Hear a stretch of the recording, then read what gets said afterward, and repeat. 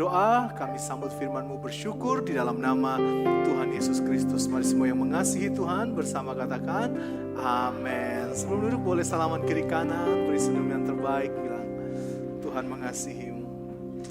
Ya, terima kasih juga buat teman-teman yang sudah melayani dalam praise and worship di pagi hari ini.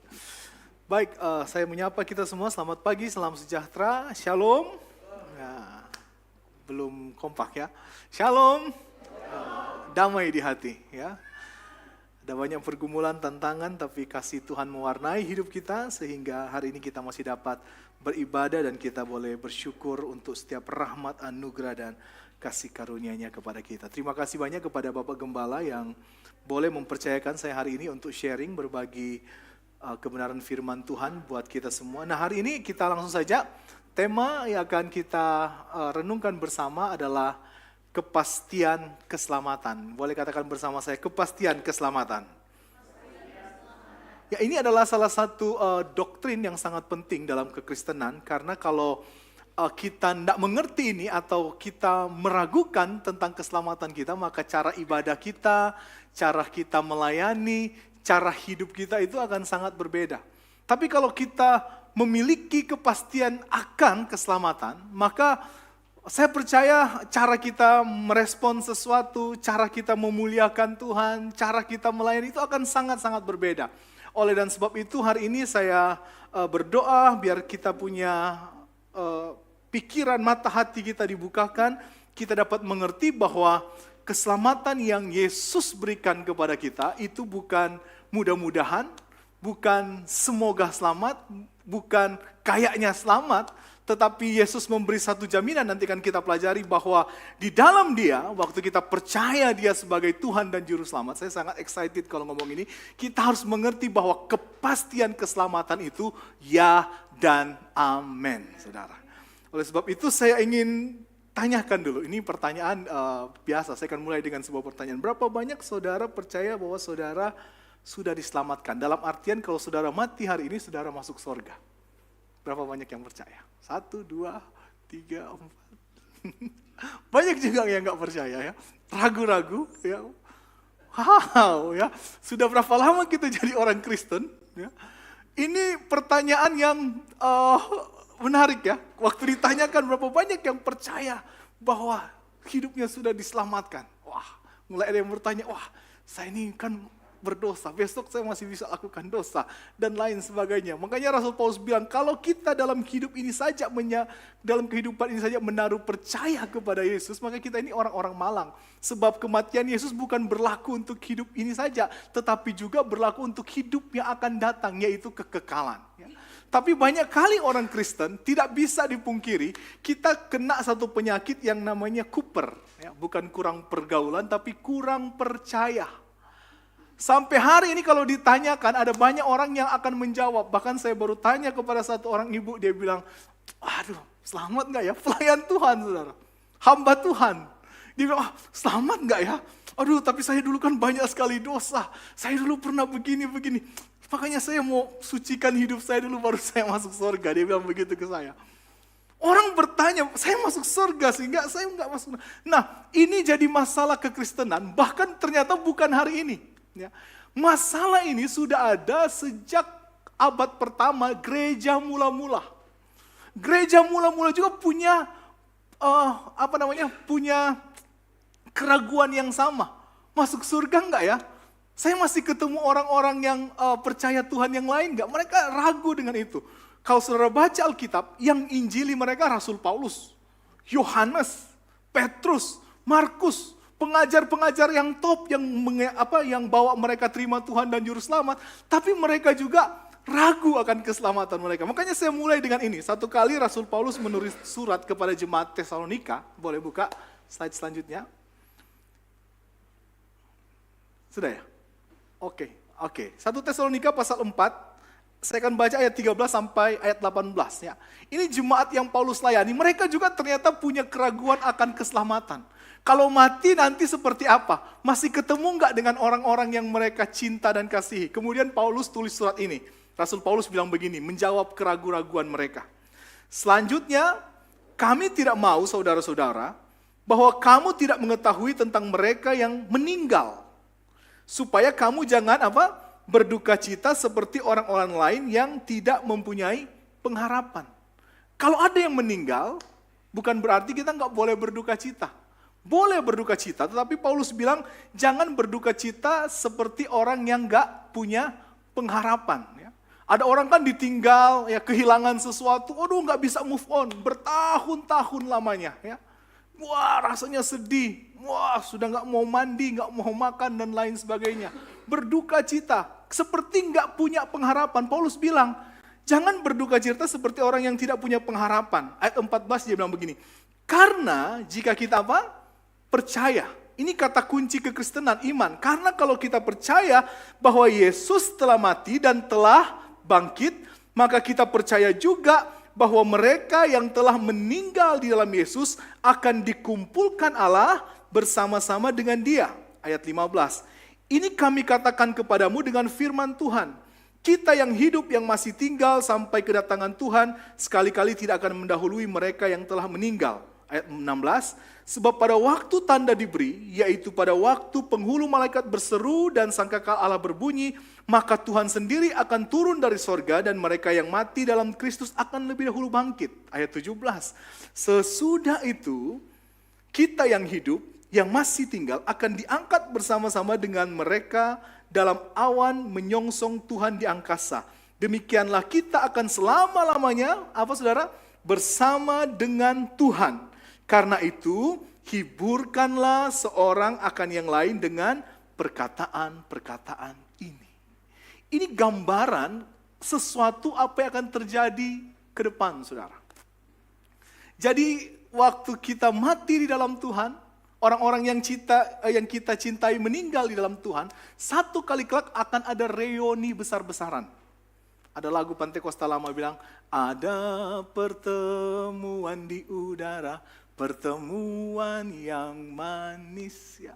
Orang tua kita, kakak kita, keluarga kita yang mati di dalam Tuhan, ya, satu kali kelak akan dipertemukan kembali dengan kita. Ya.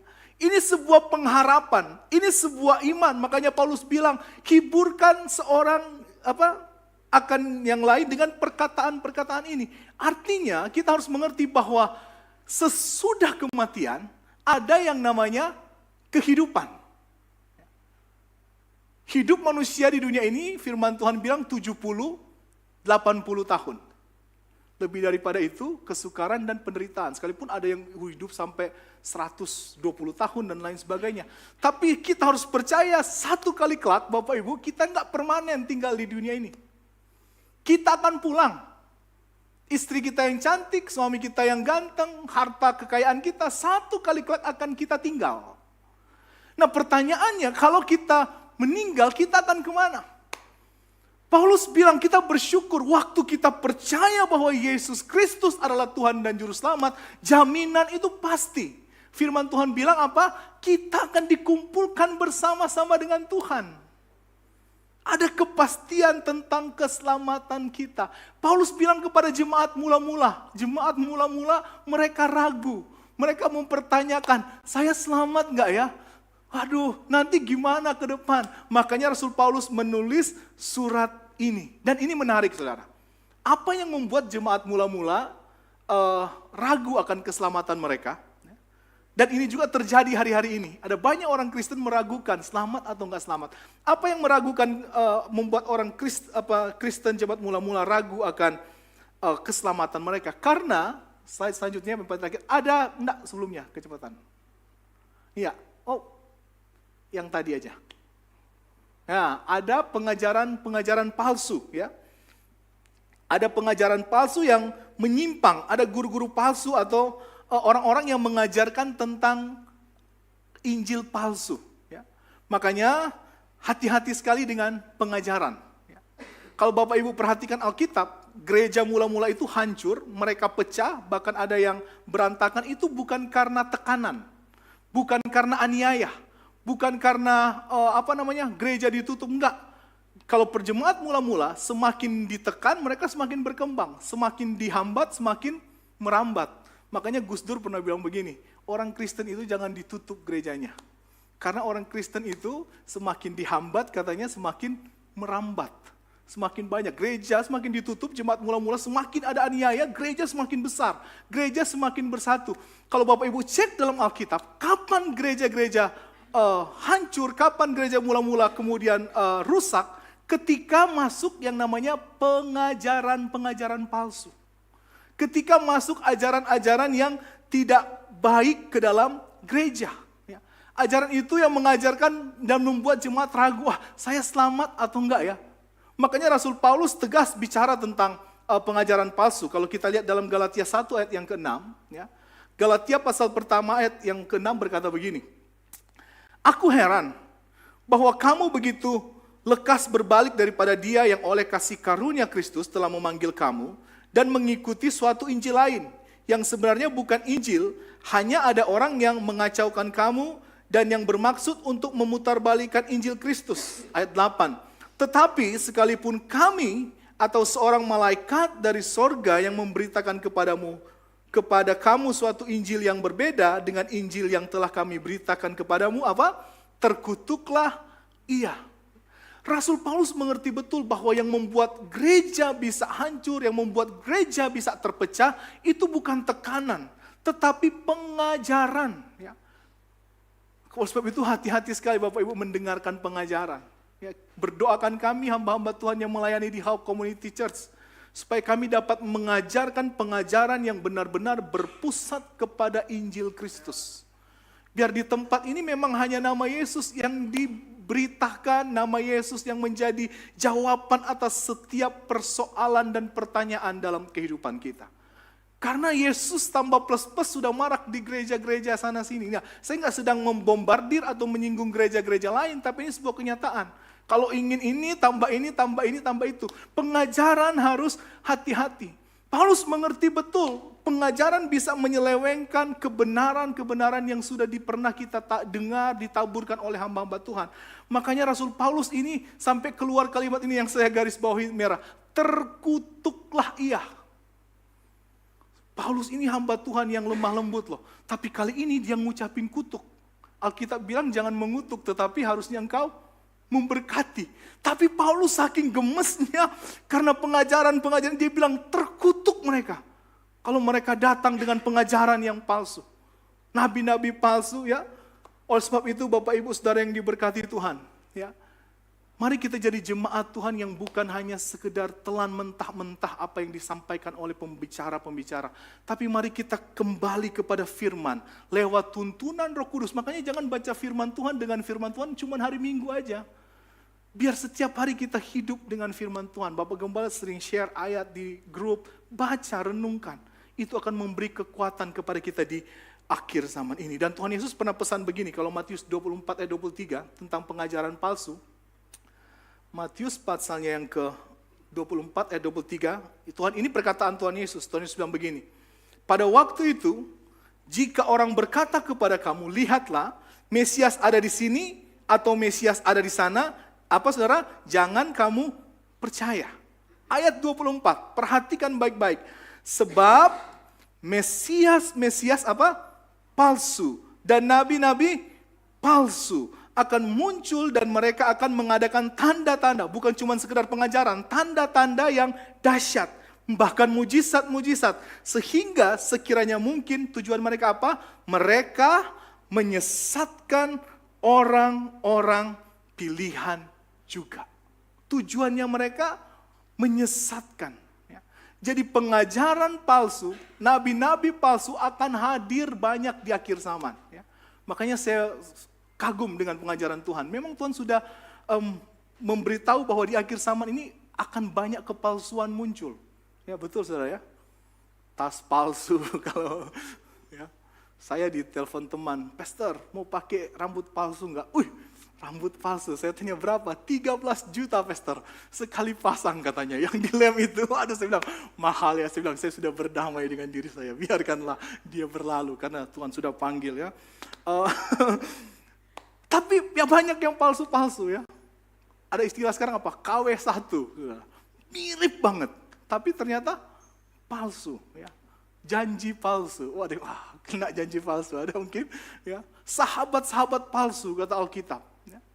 Banyak kepalsuan hari-hari ini, beras palsu saudara, apalagi minyak palsu, gigi, ada juga. Banyak yang palsu. Itu bermasalah, tetapi hati-hati Yesus berkata dengan pengajaran atau guru-guru palsu. Karena itu akan menyesatkan orang-orang pilihan juga. Jadi jemaat mula-mula, Rasul Paulus sudah bilang mereka diselamatkan. Tiba-tiba datang pengajar-pengajar palsu dan bilang begini, kasih karunia Tuhan itu gak cukup. Karya Yesus di kayu salib itu gak cukup. Belum selesai, kamu harus begini, harus tambah dengan hukum Taurat. Kalau sekarang, kalau saya pindah ke konteks sekarang, belum cukup keselamatan. Anda harus melayani, bayar perpuluhan, rajin berdoa, baru masuk surga. Kita nggak sampai di situ. Kita mengerti kenapa kita melayani, kenapa kita berbuat baik, kenapa kita bayar perpuluhan. Itu bukan supaya kita diselamatkan, tetapi karena kita sudah diselamatkan, kita melayani, kita beri yang terbaik, karena kita mencintai Tuhan yang sudah mati buat saya dan saudara. Bukan supaya buat selamat, saudara. Tapi pengajar-pengajar itu bilang, kalau mau selamat, mesti ini, mesti itu, tambah ini, tambah itu. Ini yang membuat jemaat ragu, saya selamat atau enggak sih? Kalau saya belum melayani, kira-kira saya selamat enggak? Kalau saya belum, saudara sudah diselamatkan oleh Tuhan dengan harga yang lunas dibayar, kata Alkitab. Waktu Yesus berkata, sudah selesai, tetelestai, it is finished. Semua dosa kutuk pelanggaran kita ditanggung di atas kayu salib oleh Dia. Itu selesai, saudara. Tapi kan karena pengajaran-pengajaran yang dibungkus mirip sekali, sepertinya betul ya. Sehingga harus tambah ini, tambah itu, mesti begini, mesti begitu. Kita selalu bertanya, aduh ada yang mengajar jangan bikin dosa. Harus hidup dalam kekudusan. Amin, kita harus kejar kekudusan kata Alkitab. Tapi kita nggak bisa pungkiri bahwa kita bisa jatuh dan gagal. Kalau itu kemudian membuat kita masuk neraka, saya mengerti bahwa syarat diselamatkan itu iman, percaya. Syarat untuk kehilangan keselamatan adalah waktu kita murtad, meninggalkan iman percaya kita. Tapi kalau urusan jatuh dalam dosa, ya, itu sebenarnya tidak membatalkan keselamatan. Ya. Nanti saya punya ilustrasi nanti berikut, ada waktunya saudara. Tapi ada pengajaran-pengajaran yang akhirnya salah, menyimpang. Mereka nggak mau bergaul dengan orang lain, ya, menjaga diri. Seperti Bapak Gembala sudah sampaikan, jangan sampai tercemar, nggak main ini. Saya tolong bagikan slide selanjutnya. Saya baru nonton, ini ada satu komunitas di Amerika, komunitas yang sudah lama, namanya kaum Amis, saudara. Bukan Hamis ya, Amis, kaum Amis. Mereka ini mengisolir diri, mereka benar-benar menjaga kehidupan mereka. Saking sederhananya saya baca mereka itu punya baju warnanya mesti sama semua seperti ini ya. Bajunya sama, enggak boleh main handphone. Di rumah mereka cuma pakai lampu minyak, saudara. Tidak ada listrik, yang mereka anti dengan pesawat, dengan mobil ya. Mereka benar-benar menjaga kehidupan mereka. Menikah cuma sesama-sesama mereka aja. Wanitanya sudah ada tugas seperti ini, prianya sudah ada tugas seperti ini. Anak-anak mereka itu Bible study setiap hari, saudara. Demi menjaga agar supaya mereka bisa masuk surga. Ya, kalau saudara baca kisah orang-orang Amis ini, saya bilang, wow luar biasa. Kita ini nggak masuk hitungan kalau begini ya. Kita sudah terkontaminasi handphone, naik mobil, berarti kita ini neraka semua kayaknya ya. Kalau seandainya begitu, waduh betapa malang kita, saudara. Yang dimaksudkan bukan seperti itu. Tetapi kita harus mengerti slide selanjutnya. Bahwa kepastian keselamatan kita bukan pada perbuatan kita, tetapi apa yang Yesus perbuat untuk kita. Satu kali lagi, kepastian keselamatan kita bukan terletak pada perbuatan kita. Kita bikin ini, bikin itu, kita selamat. Tetapi apa yang telah Yesus perbuat buat kita. Kalau mau kejar standar kekudusan Tuhan, kita nggak bisa sama seperti Tuhan. Dia terlalu kudus. Saya baru dengar satu ilustrasi yang menarik, dia bilang begini. Kira-kira siapa yang bisa datang ke matahari? Ada yang bisa datang ke matahari? Elon Musk, dia punya rencana ke Mars ya. Tapi dia nggak punya rencana ke matahari. Kenapa? Karena sebelum sampai ke matahari, kita akan terbakar. Ya. Ada satu cara untuk sampai ke matahari, Yaitu yang bisa sampai ke matahari, yang panasnya sama dengan matahari. Dia akan bisa sampai ke matahari, mesti punya panas yang sama. Atau enggak, pilihan yang kedua, matahari itu harus menurunkan panasnya. Jangan terlalu panas, baru kita bisa mendekat. Dan ini yang ilustrasi itu bilang, ini yang dilakukan Tuhan. Dia sangat kudus, kita nggak bisa mendekat. Tetapi Natal kita mengingat apa? Waktu Yesus datang ke dunia. Dia meredupkan cahayanya. Dia datang ke dunia ini buat saya dan saudara.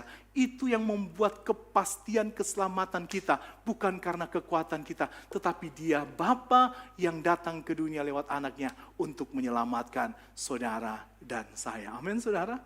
Jadi bukan karena ini, bukan karena itu. Ya.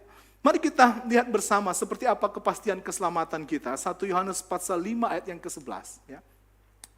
1 Yohanes 5 ayat 11 berkata begini. Dan inilah kesaksian itu. Allah telah mengaruniakan hidup yang apa? Kekal kepada kita. Dan hidup itu ada di dalam anaknya. Namanya Yesus. Barang siapa memiliki anak, maksudnya Yesus, ia memiliki hidup. Barang siapa tidak memiliki anak, yaitu Yesus, ia tidak memiliki hidup. Ayat 13 kita baca bersama-sama. 2, 3. Semuanya itu kutuliskan kepada kamu. Supaya kamu yang percaya kepada nama anak Allah, tahu bahwa kamu memiliki hidup yang kekal. Amin. Yohanes bilang supaya kamu yang percaya tahu. Masalahnya ada banyak orang Kristen hari-hari ini yang ikut Tuhan, rajin ke gereja, nggak tahu bahwa keselamatan yang Tuhan berikan kepada dia itu kekal. Mungkin sementara saya bicara hari ini ada yang bertanya, benar nggak sih saya masuk surga? Kalau mati mau kemana? Nggak dibakar, dipanggang di neraka atau menikmati? Aduh saudara, ya ini seri pengajaran yang panjang sebenarnya. Firman Tuhan ini saya nggak perlu jelaskan panjang lebar, ini sudah nyata, jelas di mana. Kita yang percaya kepada anak Allah, kepada Yesus Kristus, kita harus tahu bahwa kita memiliki hidup yang kekal. Dan masih banyak ayat lain yang mendukung bahwa keselamatan kita itu pasti. Yohanes pasal 5 ayat 24. Ini perkataan Tuhan Yesus. Yesus berkata, aku berkata kepadamu, sesungguhnya barang siapa mendengar perkataanku dan percaya kepada dia yang mengutus aku, ia mempunyai apa? Hidup yang kekal dan tidak turut dihukum. Minggu lalu Bapak Gembala tema khotbahnya no more ya, tidak ada lagi penghukuman. Ya. Kita yang percaya kepada anaknya, kita punya kehidupan kekal dan tidak ada lagi sebab ia sudah pindah dari dalam maut ke dalam hidup. Ini menarik. Dulu kita berjalan di dalam perjalanan menuju maut. Tapi waktu kita berjumpa dengan Yesus, kita berpindah. Perjalanan kita menuju kepada kehidupan. Seperti ini. Dalam perjalanan itu kita bisa berdosa enggak? Bisa, kita bisa jatuh. Tapi firman Tuhan bilang kita harus bangkit lagi.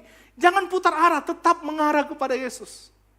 Jatuhlah, bisa jatuh lagi. Tapi jangan putar arah, kita harus tetap mengarah kepada Yesus. Kenapa keselamatan kita pasti? Sebab waktu kita jatuh ada tangan Tuhan yang pegang kita, tuntun kita bawa sampai kepada Yesus. Dulu kita berjalan dalam kematian. Makanya saya tahu orang gak selamat ketika dia kembali kepada kehidupan yang lama. Dia meninggalkan Tuhan. Tetapi selama perjalanan hidup kita yang percaya kepada Tuhan, terus mengarah kepada Tuhan. Kita bisa jatuh, kita bisa lemah, tapi bangun lagi. Kita melangkah terus menuju kepada kehidupan yang Tuhan berikan dalam kehidupan kita. Ini ayat yang kita harus mengerti bahwa kita sudah dipindahkan dari dalam maut ke dalam kehidupan. Ada ayat yang menarik. Satu kali Tuhan Yesus datang mengunjungi Lazarus yang sudah mati. Slide selanjutnya. Ya, Lazarus sudah mati berapa hari, saudara? 4 hari. Maria Marta kemudian datang kepada Yesus. Kemudian sampai di depan kubur. Ini yang Yesus sampaikan. Ya. Ini menjadi doktrin gereja, doktrin orang percaya sampai hari ini. Jawab Yesus, Yohanes 11 ayat 25. Akulah kebangkitan dan hidup. Barang siapa percaya kepadaku, ia akan hidup walaupun ia sudah mati. Dan setiap orang yang hidup dan yang percaya kepadaku tidak akan mati selama-lamanya. Ditutup dengan pertanyaan ini. Percayakah engkau akan hal ini? Percaya, saudara? Yesus yang bilang loh, kalau kita percaya kepada dia, dia itu kebangkitan dan hidup. Kalau kita percaya, one day kita akan check out dari dunia ini. Tetapi itu tidak selamanya. Kita akan dibangkitkan kembali dengan tubuh kemuliaan bersama dengan Tuhan kita di sorga yang kekal. Saya nggak tahu mau ngomong pakai bahasa apa lagi, tapi saya ingin dorong kita untuk mengerti bahwa kepastian keselamatan di dalam Yesus itu ya dan amin. Rugi sekali kalau saudara sampai tinggalkan Tuhan. Rugi sekali, saya sudah memakai nggak tahu ya. Kalau saudara tinggalkan iman saudara, hanya karena kekayaan, hanya karena kecantikan, kegantengan orang, saudara tinggalkan Tuhan. Urusannya nanti kekekalan. Hidup kita di dunia cuma sampai 80, tapi kekekalan itu sampai selama-lamanya. Oleh sebab itu di gereja ini kita diajar, satu kali kita ikut Tuhan, sampai mati Tuhan Yesus dalam kehidupan kita. Bukan yang lain. Harta dunia, keindahan tidak memberi kepuasan. Hanya Yesus sendiri, saudara. Ya. Kemudian, saudara bisa jawab sendiri yang saya, percayakah engkau akan hal itu? Ya. Saya nggak tahu apa yang membuat saudara ragu dengan keselamatan saudara. Aduh, saya belum suka memberi. Aduh, saya belum suka melayani. Ingat, kita melayani sekali lagi karena Tuhan sudah lebih dulu melayani kita. Kita mengasihi karena Yesus lebih dulu mengasihi kita. Itu respon, itu ucapan syukur kita kepada Tuhan.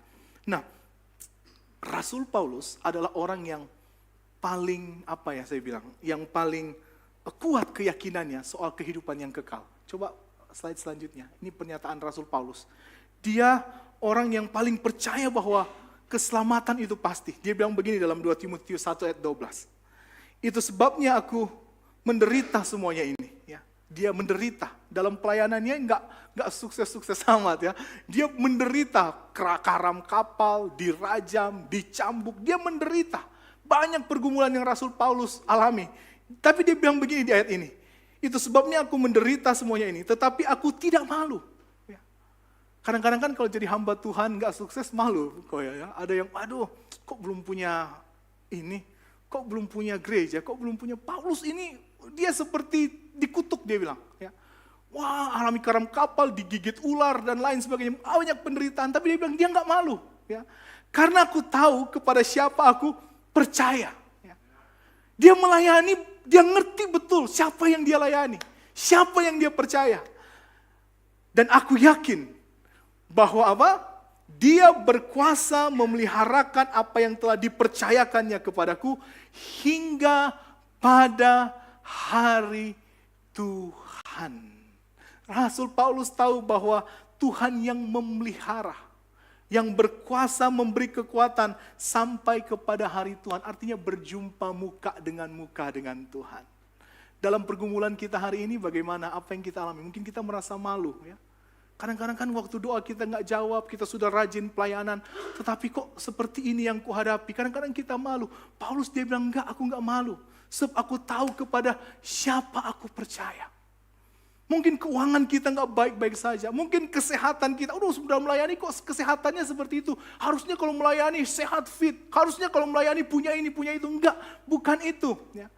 Tapi kita nggak akan malu kalau kita tahu kepada siapa kita percaya. Dan apa? Dia menjamin apa yang kita taruhkan kepadanya sampai akhirnya kelak. Ada lagunya. Ya.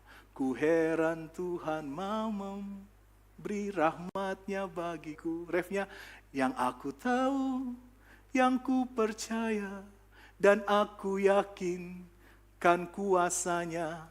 Dia menjaga yang ku taruhkan hingga akhirnya kelak.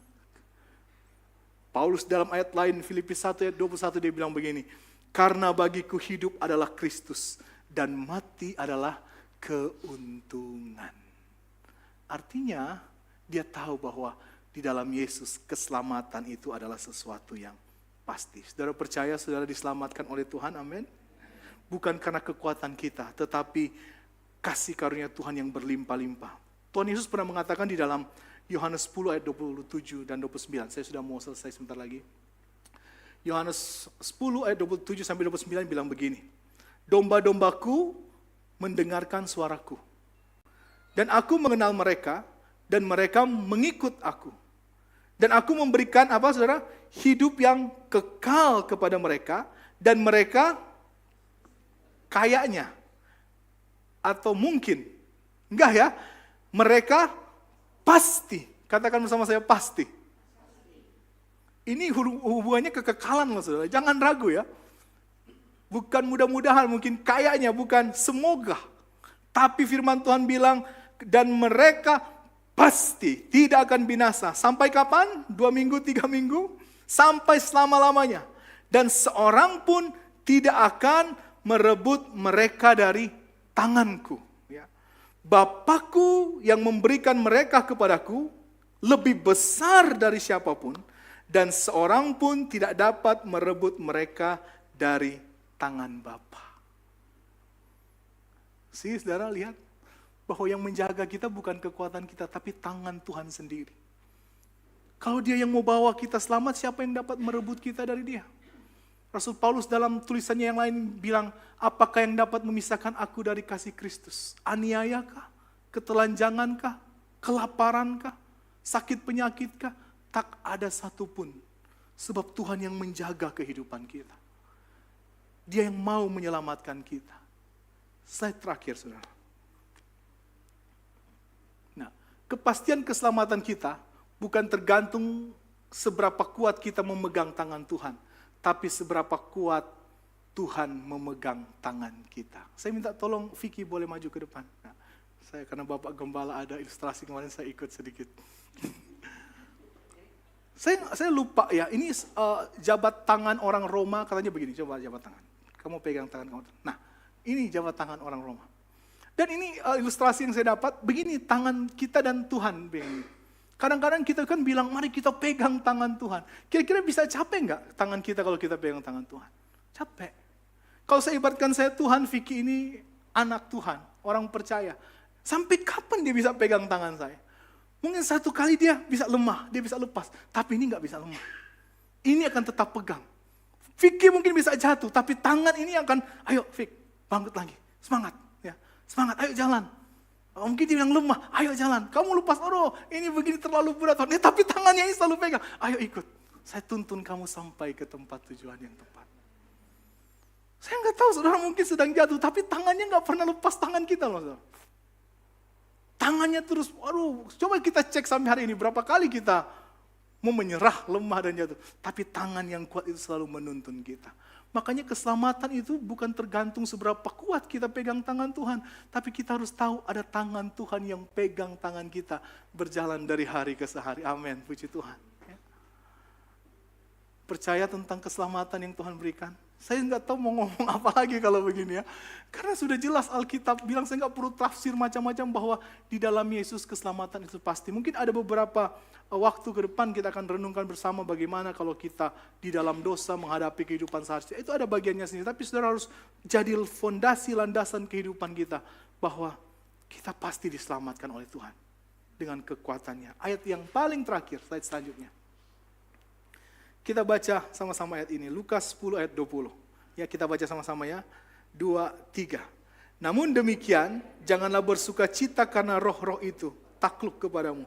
Tetapi bersukacitalah karena namamu ada terdaftar di sorga. Satu kali ayat ini konteksnya murid-murid datang. Mereka bilang, kami sudah usir setan, kami menyembuhkan orang sakit. Tuhan bilang, jangan bersukacita akan hal itu. Tapi sukacita kita, karena kita tahu dan sadar keselamatan kita itu pasti. Nama kita terdaftar di sorga. Mungkin rumah kita di dunia nggak mewah, tapi kalau kita punya ingatan ini, wow, satu kali kelak aku akan ada bersama Tuhan di sorga. Saya ingat Bapak Pendeta Ahamande, dia pernah ngajar begini. Kalau saudara sedang ada pergumulan berat, coba ingat sorga. Wah, dulu itu trik saya, waktu saya jadi pengerja dulu, dimarahin gembala, kerjanya berat. Saya langsung ingat sorga, ada Tuhan. Ini akan selesai, itu akan selesai, ini akan selesai. Satu kali kelak akan ada hari senang buat saya bersama dengan Tuhan di surga. Makanya kalau tanya sama saya, berani mati sekarang, saya selalu bilang, saya siap mati. Cuman memikirkan anak, tapi anak kata Bapak Gemala, Tuhan yang urus Bapak Gemala ya. Iya, saya tuh, karena saya tahu, saya yakin sekali ya. Hidup adalah Kristus, mati itu keuntungan. Nggak perlu pikir token, nggak perlu pikir yang lain sebagainya. Tapi kalau kita ada di dunia ini, itu berarti bagi kita, kita harus jadi berkat, menghasilkan buah. Tapi kalau tanya soal keselamatan, kita harus yakin dan pasti berjalan jangan dengan kepala tertunduk, tapi mengarah kepada Tuhan dan percaya, aku sudah diselamatkan oleh karya Yesus Kristus di atas kayu salib yang sudah selesai. Tuhan pegang tangan kita, bukan kita yang pegang tangan dia. Ya. Nah, amin firman Tuhan, saya ajak pemain musik. Kita akan berdoa bersama hari ini. Kalau kita ngerti bahwa kepastian keselamatan, bahwa sukacita kita itu bukan apa yang kita miliki. Mungkin apa yang kita doakan belum hadir, apa yang kita doakan belum kita punya. Tapi tetaplah bersukacita. Sebab ada bagian besar yang Tuhan siapkan buat saya dan saudara. Saudara, ayo Bapak Ibu jemaat Tuhan. Tuhan yang sudah mati buat kita, dia jamin keselamatan kita. Jadi bersukacitalah, bersyukurlah. Sebab Tuhan itu dahsyat dan luar biasa. Boleh di G. F aja. Ini lagu mengingatkan kita bahwa kita gak sendiri. Dalam perjalanan kita bergumul satu dengan yang lain. Tapi seperti ilustrasi tadi, ada tangan Tuhan yang pegang tangan kita. Kita bisa lemah, bisa kadang-kadang lepas, tapi dia tetap pegang tangan kita. Sampai bawa kita sampai selamat. Sampai kita bertemu muka dengan muka dengan